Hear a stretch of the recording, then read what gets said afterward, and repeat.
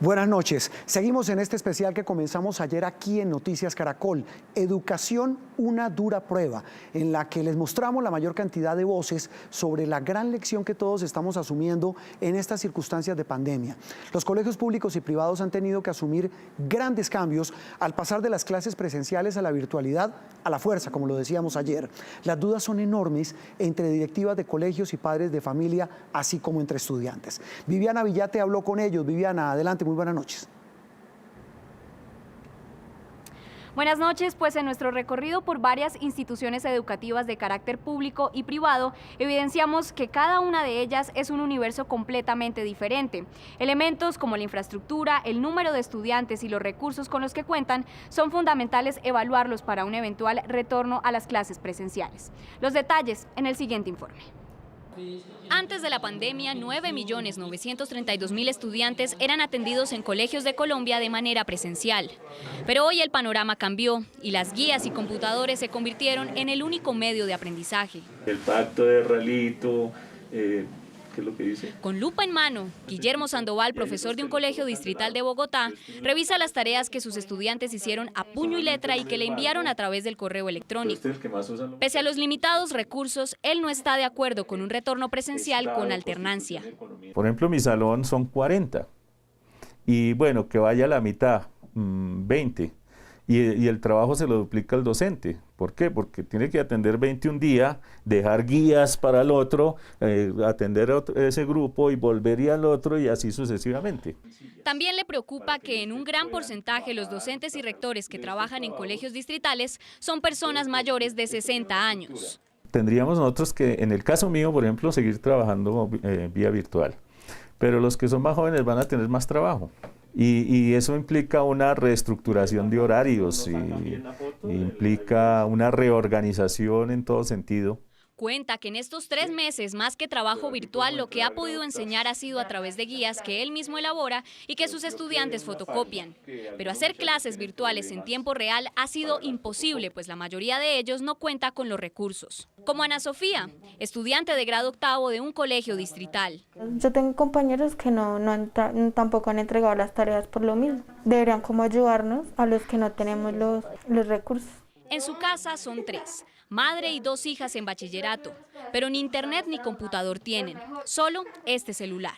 La memoria interna ya está, eso no, o sea, este celular no tiene la capacidad para eso. Si tuviera la capacidad, no tengo sino un celular para las 2 y las 2 no pueden conectarse al mismo tiempo a estudiar, porque cada una tiene una noveno, otra octavo, no van a tener las mismas clases, entonces de nada me sirve. Fue como desde acá, fue la primera actividad que nos dejaron de cuando empezó la cuarentena. Pues yo sí la hice, pero tocaba mandarla a un correo, pero no sabía cómo mandarla. En los casi 100 días de confinamiento no han podido recibir clases ni enviar ningún trabajo. Esa es la realidad que vive un 67% de niños y jóvenes de los 7.933.000 que estudian en colegios públicos en el país. Pero entonces, ¿cuál es el camino? ¿La virtualidad o la presencialidad? El Colegio Carlos Pizarro León Gómez atiende a 4.800 estudiantes en 2 jornadas académicas. Y aunque las instalaciones son amplias, solo cuentan con 108 baños. Igual el número de baterías de baños no es el suficiente para atender una población tan grande como se debe. En los pequeños, pues los baños son 12 baños para 3 aulas de 25 estudiantes. Además, para poder funcionar con alternancia, tendrían que establecer horarios específicos de ingreso y salida, jornadas académicas más cortas y rigurosa seguridad en las puertas de acceso. Lo mismo en los salones de clase. Esta es un aula para bachillerato donde usualmente hay 45 pupitres para 45 estudiantes. Si se hicieran efectivos los protocolos de distanciamiento del Ministerio de Educación, en este salón solo cabrían 10 estudiantes. Hay que tener en cuenta también que nosotros estamos en zona de cuidado especial, la zona del recreo, entonces hay muchas familias que pueden estar presentando la enfermedad y que de pronto no la han reportado. El Colegio Mayor José Celestino Mutis es una institución de carácter privado que desde ya empieza a ajustar sus protocolos para poder funcionar ante un eventual regreso presencial.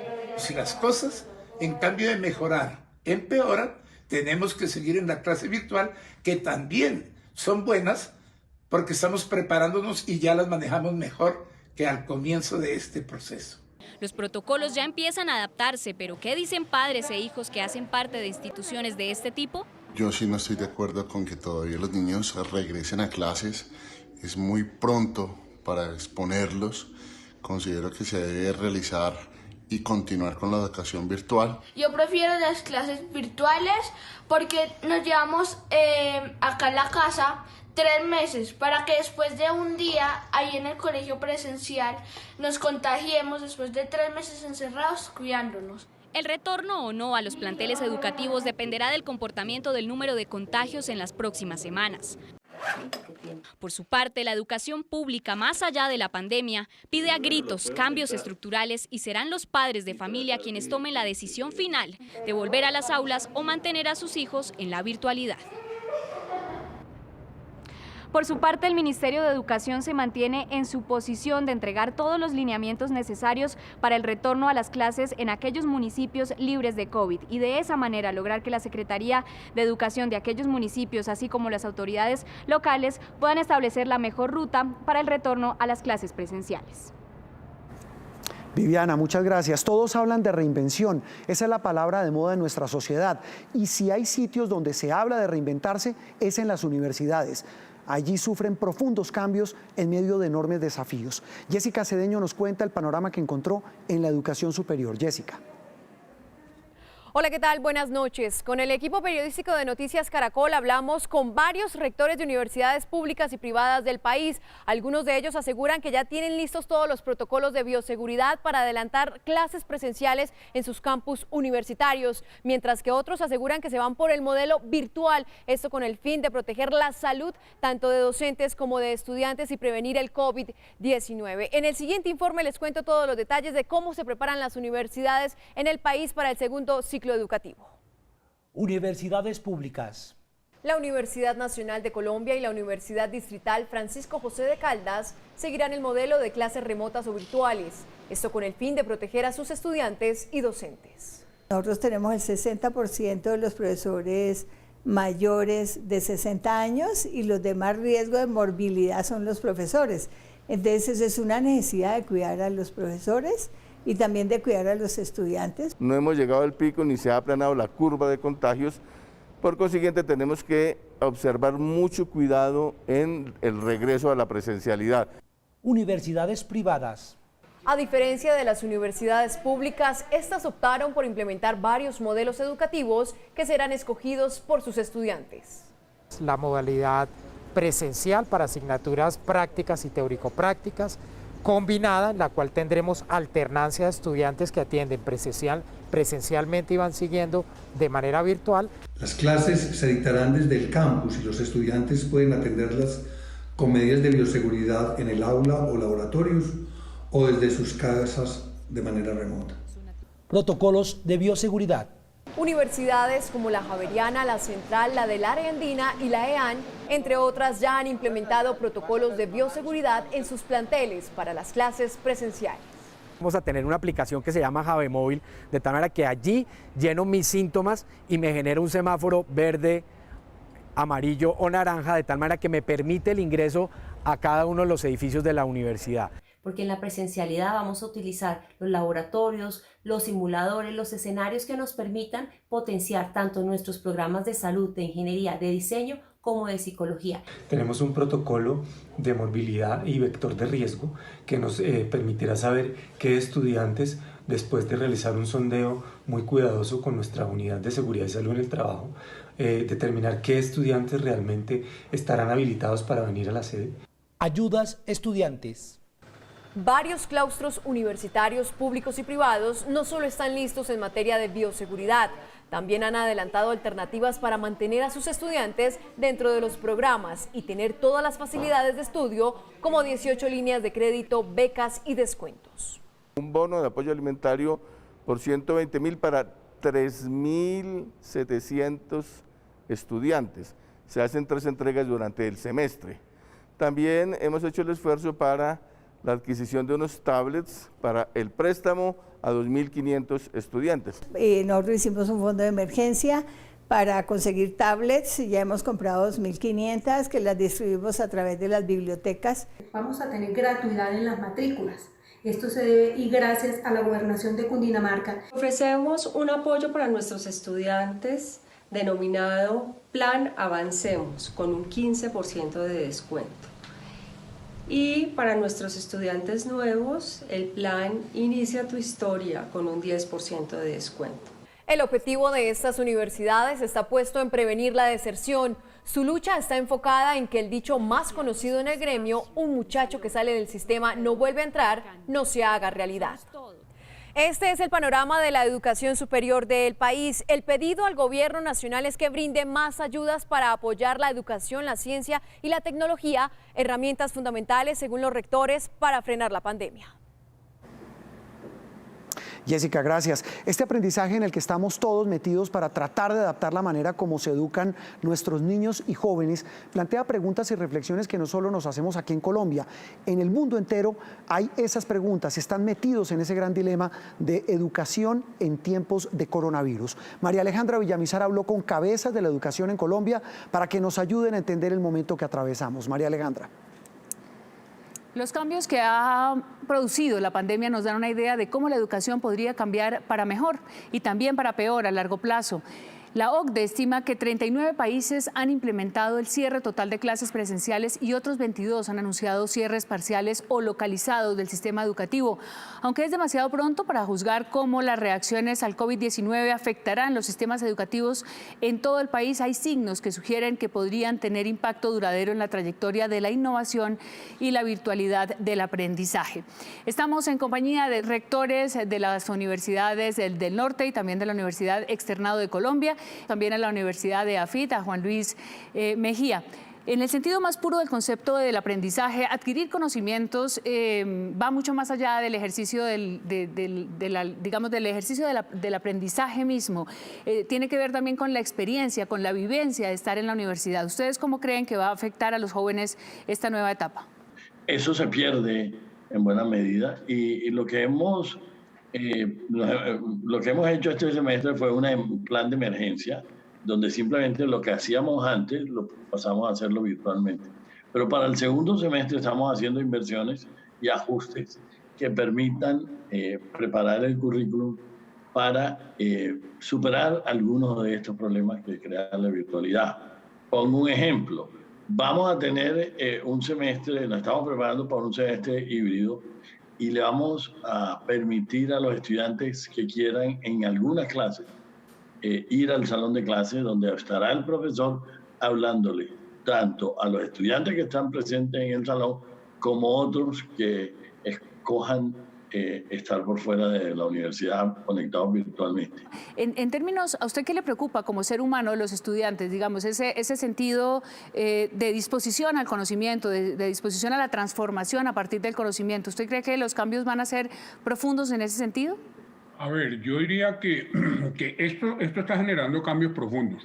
Esta pandemia en muchos eventos, pero en lo que tiene que ver con el amor por el conocimiento, que es en el fondo lo que los profesores y las universidades debemos transmitir, más que conocimiento puro, que 2 más 2 es 4, es ese amor, esa pasión, ese deseo de aprender, esa curiosidad.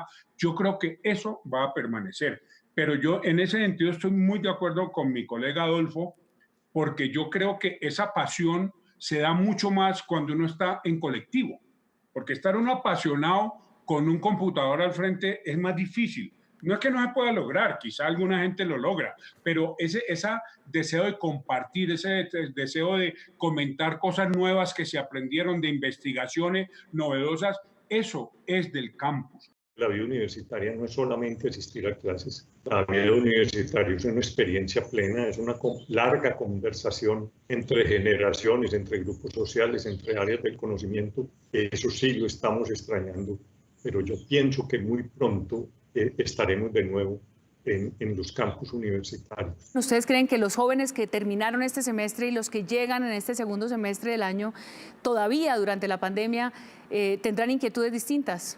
Todo el mundo, todo el planeta, cada persona, cada individuo de este planeta de miles de millones de personas, algo se le ha pasado por la cabeza. Esto no puede pasar en vano.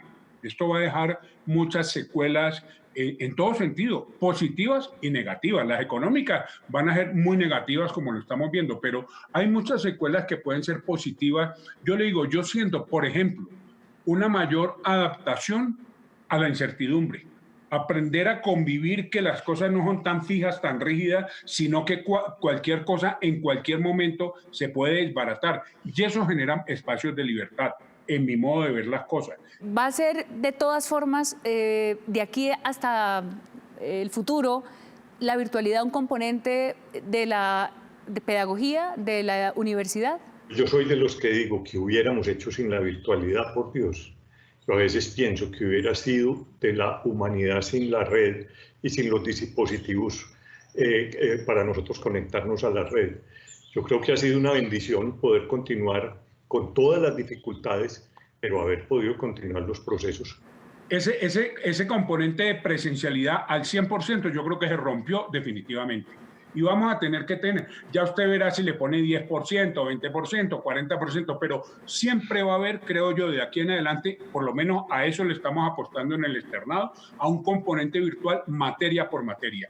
Aprovechar, estamos, por ejemplo, a todos los profesores de la universidad en el mes de junio, hasta julio lo estamos enseñando para tener aulas virtuales, que es un concepto distinto al Zoom o a la educación remota. El aula virtual es mucho más tecnológica, tiene un mundo de componentes metodológicos absolutamente distintos. Y nosotros que veníamos creciendo de para arriba en ese tema de las aulas virtuales, que no es educación remota, es otro concepto, veníamos así para arriba y ahora subimos así, ¡pum! Sí, claro, no, esto está aquí para quedarse. Y hay áreas muy interesantes, por ejemplo, laboratorios virtuales. Ya muchos laboratorios se pueden virtualizar y se ha avanzado esto. Esto es una cosa que viene va a avanzar. Hemos invertido las universidades en el acceso remoto de los software estadísticos y matemáticos para que los estudiantes lo puedan usar desde su casa. Si los estudiantes no quieren este tipo de educación, si los jóvenes quieren tener un salón de clases, una universidad con compañeros de carne y hueso, ¿qué hacen ustedes para invitarlos? ¿Qué hacen ustedes para convencer a los jóvenes para que vuelvan a la universidad? ¿No puede haber una gran deserción a partir de esta nueva circunstancia? Lo primero que tenemos es que nos faltan unas reglamentaciones claras de las autoridades. A este momento, cuando estamos a mes y piquito de empezar el próximo semestre, no sabemos realmente cuál es el nivel de ocupación que nos autorizan. No sabemos mucho si por ahora se ha hecho que la distancia tiene que ser a 2 metros y a 1,5 no tenemos claridad total. Creo que va a ser a 2 metros. Y le voy a dar, esos son unos detalles que todos los rectores estamos en este momento tratando de solucionar. Le pongo solo este ejemplo. Si se decide que la distancia a la redonda, ¿no? Porque eso tiene que ser a la redonda, es de 1,5 metros, entonces nosotros podríamos utilizar el 47% de los salones. Pero si se decide que es a 2 metros a la redonda, solo podemos utilizar el 24%. ¿Qué vamos a hacer nosotros y seguramente otras universidades? Le vamos a dar la posibilidad de elegir. ¿Usted le preocupa ir porque al principio, digamos, estaban protestando por la virtualidad y querían la presencialidad? Y ahora que estamos abocados a posibilidades de virtualidad, ahora están pidiendo virtualidad. Muchos están pidiendo que quieren virtualidad porque les preocupa las condiciones del transporte público. Otros porque se quieren quedar en sus casas. Por ejemplo, los que son de Santa Marta o de Cartagena o de Montería, se quieren quedar en su familia, cuyos ingresos de pronto se han bajado y eso reduce los costos. Y eso es una fortaleza. Y en muchas carreras se puede lograr sin mayor problema. Entonces, le vamos a dar la posibilidad de escoger. La virtualidad es un bienvenido, un gran complemento de la educación, no un sustituto de la universidad, y eso quiero que quede muy claro. No va a enriquecer los procesos, pero no va a sustituir la universidad. Bueno, les quiero agradecer mucho a los rectores que nos han acompañado en esta conversación. Hay muchos temas sobre la educación, sobre el futuro, sobre el conocimiento y sobre la nueva sensibilidad que hay en los jóvenes a partir de esta pandemia que nos ha dejado a todos un poco la interrogante de para dónde vamos y cómo será el futuro. Muchas gracias a ustedes, señores rectores, y Juan Roberto, adelante con el especial. María Alejandra, gracias. El gran debate mientras se define si los niños y jóvenes vuelven a las aulas es que pase lo que pase, la educación virtual seguirá siendo clave e ineludible, al menos en lo que queda de este año, dicen algunos expertos. Juliana Gallego habló también con especialistas para establecer qué tanto vamos a poder aplicar en Colombia este sistema de educación no presencial. Buenas noches. Han pasado casi 4 meses desde que la educación virtual se instauró. Tanto docentes como alumnos tuvieron que acostumbrarse. Todavía hay muchas adaptaciones que se deben hacer presupuestales y a las regiones el país le debe mucho en brecha tecnológica. La adaptación entonces ¿será posible? ¿No será posible? Hay opiniones divididas de los expertos y de los docentes. En el siguiente informe les contamos. De un día para otro, la educación en nuestro país tuvo que pasar de la presencialidad a la virtualidad, así, sin procesos de preparación ni de adaptación. Después de 4 meses, el balance de este cambio abrupto se podría decir que está en un 50%, 50 positivo y 50 negativo. En nuestro sistema todavía lo veíamos como una cosa de segunda o que no era de calidad. Entonces los primeros que tuvieron que cambiar fueron los directivos de las universidades y el que no cambie va a desaparecer porque van a haber universidades que van a desaparecer. Esto nos mostró que es posible hacer educación de calidad sin estar presencial todo el tiempo.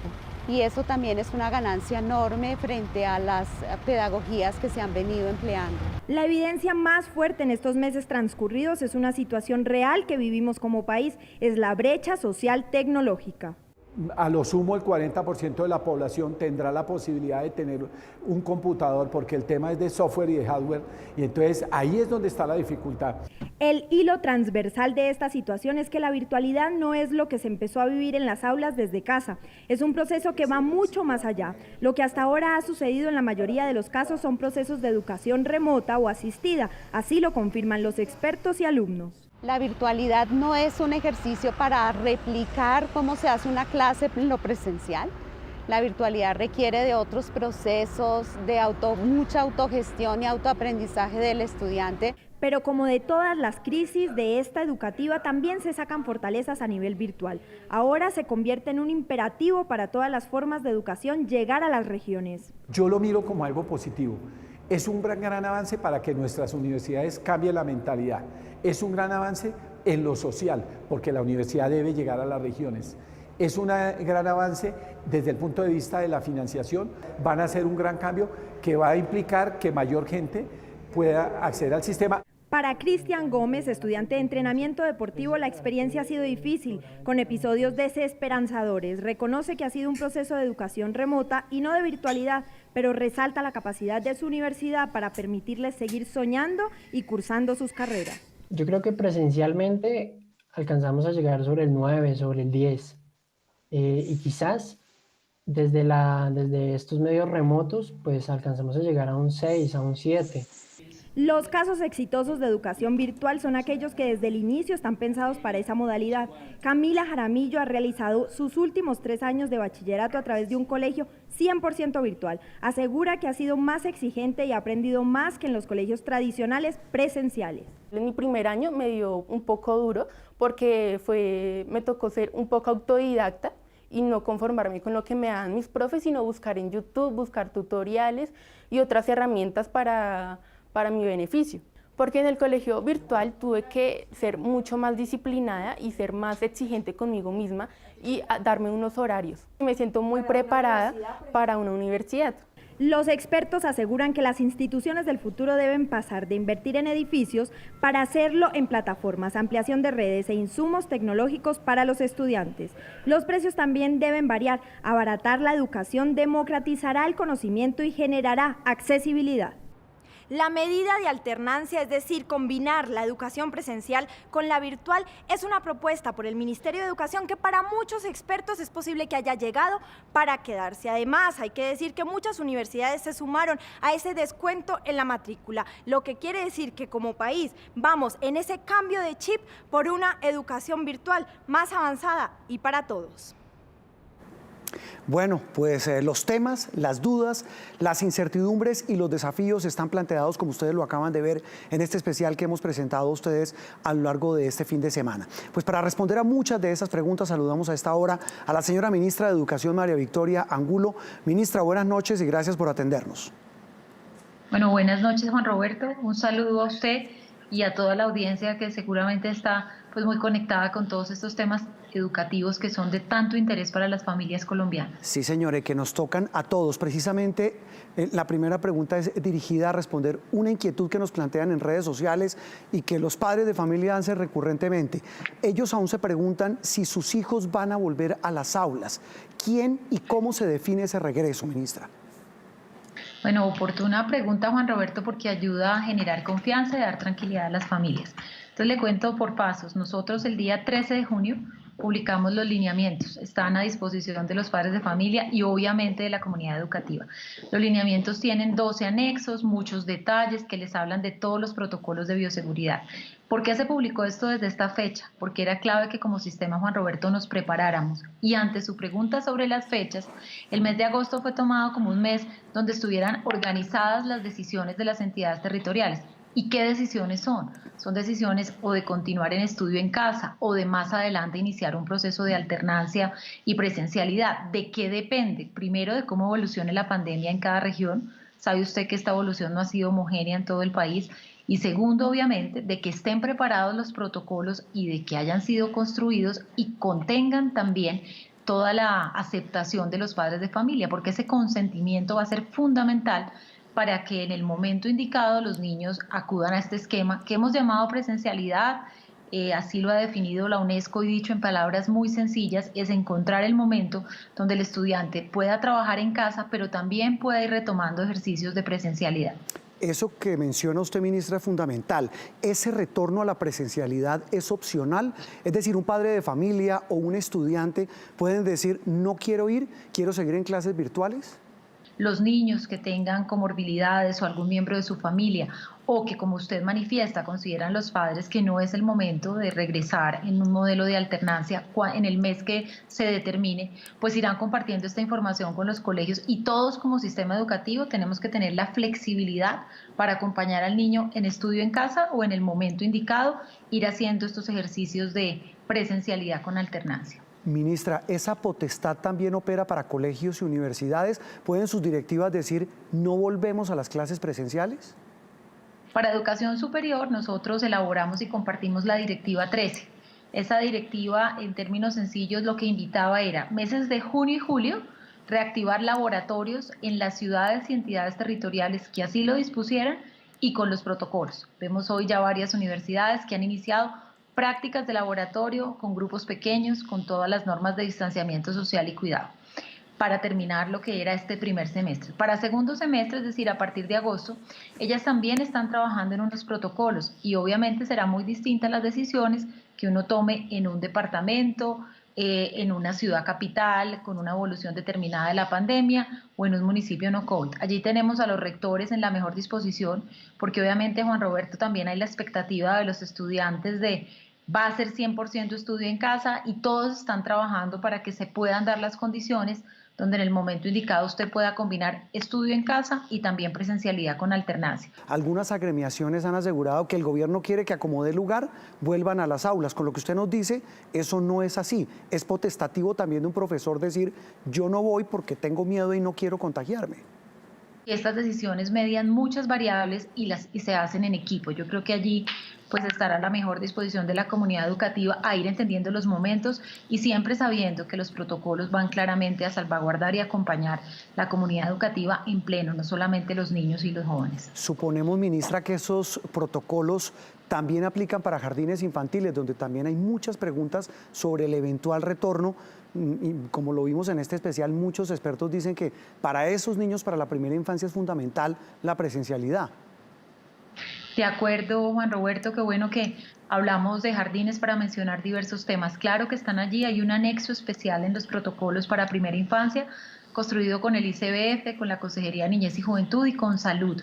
Siempre reiteramos la importancia que es la interacción, no solamente en los procesos de cuidado, de crianza, de nutrición, sino también la interacción presencial será clave, y esa decisión la están tomando las secretarías de educación analizando colectivamente jardines y colegios. Sabemos que para todo el proceso de formación pues la presencialidad aporta elementos muy importantes, y será la valoración que mezcla los elementos que le he mencionado: cómo evoluciona la pandemia, las características de cada entidad, de cada institución educativa, y las decisiones también con la comunidad educativa, donde la voz de los padres es muy importante. Y esta semana, Juan Roberto, vimos una noticia a propósito de jardines que usted está mencionando, y es la línea de apoyo para padres de familia con niños y jóvenes en jardines y colegios. Creo que es importante, la convocatoria está abierta del 24 de julio al 7 de julio para la primera etapa, y es un apoyo que se suma a otros recursos con los que el gobierno ha venido apoyando jardines y colegios. Y ese es el otro gran debate, ministra, el del costo de las matrículas. En el caso puntual de colegios, ¿estos quedan facultados para cobrar lo mismo? ¿No hay alguna medida, alguna fórmula para que, pues, si va a haber clases semipresenciales, entre virtualidad y presencialidad, se pueda cobrar menos, o eso está descartado por parte del gobierno? Mire, alrededor de esto hay un amplio debate, porque usted me ha dado una voz y sumaríamos la de las familias. Sí. Se lo ejemplifico. Obviamente las familias tienen una afectación económica.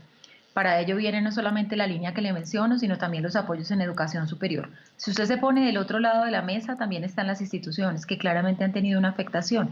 Y hay la pregunta de si transitar a nuevos medios o a virtualidad es como una ecuación donde uno inmediatamente reduce el valor que tienen que invertir para hacerlo, y eso no es tan sencillo ni es así, porque no es solamente subir elementos a la nube o subir elementos a una plataforma. Entonces yo creo que la filosofía que ha tenido el gobierno en este sentido es dar apoyos a los jardines y a los colegios, que pasan por subsidios que apoyan nómina, primas, distintas medidas del sector Hacienda, dar apoyos a las familias y lograr, Juan Roberto, que haya una corresponsabilidad. Ministra, ¿puede un padre de familia sacar a un hijo del colegio y no tener que pagar multa? Se lo pregunto porque nos llegan muchas quejas de que les cobran hasta 2 meses de pensión, y el problema es que los papás, si no tienen, los van a sacar es porque no tienen plata. Mire, exponía este tema en un medio que es netamente jurídico. Usted sabe que ellos se rigen por derecho privado, pero ¿qué llamado hacía yo? Primero, que toda la información de los niños, boletines, desempeño, etcétera, pueda ser entregada a los padres. Y segundo, que yo entiendo que suscribieron un convenio, padres y colegio, que tiene unas condiciones que hay que respetar, pero en medio de esta pandemia, por eso el llamado también es este ejercicio de corresponsabilidad. Se pueden generar acuerdos de pago y otros mecanismos, pues, que permitan obviamente que las familias tomen las decisiones adecuadas y adecuadas a su momento, y sobre todo que el niño y el joven pueda continuar en el sistema educativo. Ministra, el campo, lo veíamos en uno de los reportajes, los niños en el sector rural sufren cantidades, el 90% del sector rural no tiene internet, no hay conectividad. ¿Cómo hacer para que estos niños no se queden más rezagados de lo que muchos están por cuenta de esta crisis y de este tema de la pandemia? Correcto, Juan Roberto. Cuando la gente habla desde el proceso de retorno, las condiciones, nunca puede homogenizar lo que pasa en el país. Tenemos diversas realidades. Nosotros iniciamos con una plataforma, Aprender Digital, sabiendo que es útil donde hay actividad sincrónica y conectividad. Inmediatamente, con alianza con la ministra TIC y con RTBC, iniciamos 2 canales de televisión. Uno se llama Mi Señal, otro se llama 321 Eduacción. Seguramente usted ha visto el programa Tu Profe en Casa, o muchos de los que nos están siguiendo. 1.200 emisoras comunitarias, guías y textos. ¿Por qué le hago esta lista? Porque son todos los esfuerzos que se han desplegado para la ruralidad. No podemos negar, evidentemente, que las metas que quedaron en el proyecto de ley, que fue iniciativa del señor presidente aprobada por el Congreso, de conectar 10.000 establecimientos educativos al 2022, la ministra TIC está haciendo todas las gestiones para que ojalá se puedan con mayor premura. Evidentemente, cuando se trazaron estas metas no estábamos en la coyuntura de la pandemia, pero ella, además de lograr adelantar estas metas, está buscando y generando recursos para poder hacer una mayor entrega de dispositivos digitales e irse a encontrar soluciones con operadores locales a territorios que permitan tener esta conectividad. Lo hacía hace unas semanas en Amazonas y espera seguirlo haciendo en diversas zonas del territorio. Yo creo que allí tenemos una gran aliada, y el trabajo de MINTIC y Mineducación es clave. Ministra, muchas gracias por habernos acompañado. Muchas gracias a ustedes y un saludo a todos los televidentes.